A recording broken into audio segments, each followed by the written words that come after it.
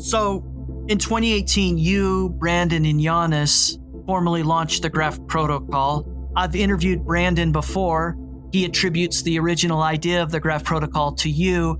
I'm wondering if you could just indulge me and listeners and take us back in time to maybe that light bulb moment. And maybe I'm romanticizing it. Maybe it was a bunch of moments, but those early seeds of ideas of what eventually became the Graph protocol.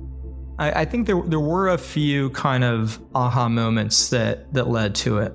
So some of the initial ideas predate to when I was in college, in that period when I started thinking about internet native institutions and that we needed new ways to scale human coordination.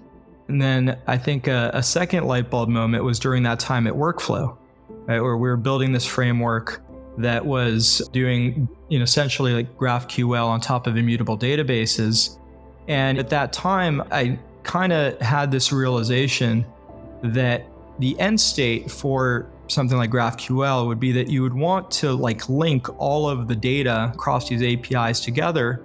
And for example, an organization like Facebook, which is a massive organization, has a giant GraphQL API with all of the different users and events and interests and hosts and all these different things. And most of the organizations that use GraphQL, have a giant global GraphQL API, but there's no reason to limit these things to within organizational boundaries, right? Because all information is relational.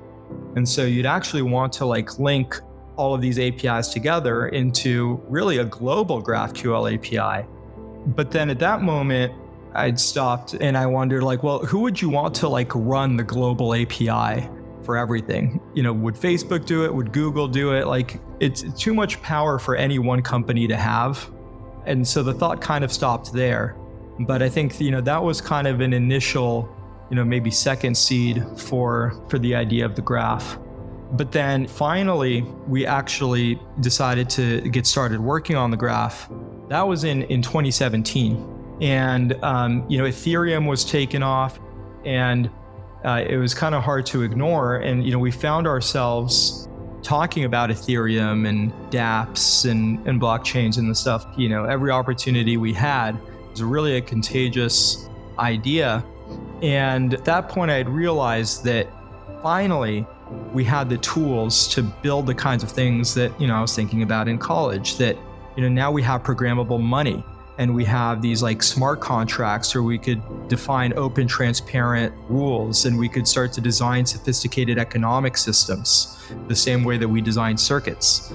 And so I got really excited by the promise of decentralization and giving power to individuals and to small teams instead of having these giant corporations and monopolies that end up taking all the power and dictating everything. So we were really bought into this idea of decentralization. And so I started just working on a prototype dApp to see, what we could build.